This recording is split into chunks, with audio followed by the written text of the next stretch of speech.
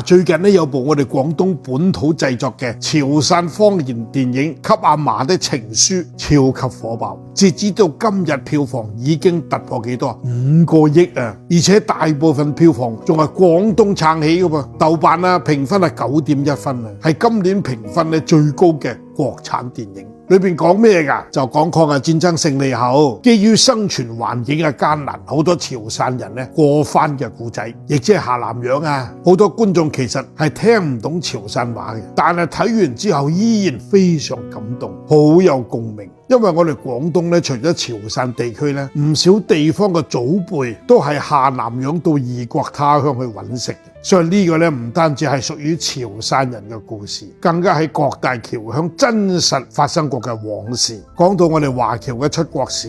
五邑地區早喺19世紀中期就有大量嘅華僑漂洋過海去到南洋、北美、澳洲等地去揾食。佢哋有啲就以賣豬仔嘅形式出國，有啲被拐咗上船呃到去國外。佢哋九死一生到國外，從事嘅往往係開山劈路、挖礦淘金呢啲粗攰又危險嘅工作，唔少人客死他鄉。僑批喺5邑地區叫做銀信，到咗國外，當工作有所着落之後佢哋又想方設法將好辛苦賺翻嚟嘅血汗錢寄翻國內養家活口。如果你冇睇過呢部電影你以為出國嗰啲華僑，哇，你哋好風光啊，次次翻嚟身光頸靚啊，攞住錢大包細包嘅物資翻嚟建屋起屋，接濟親戚，光宗耀祖。你睇完之後你知道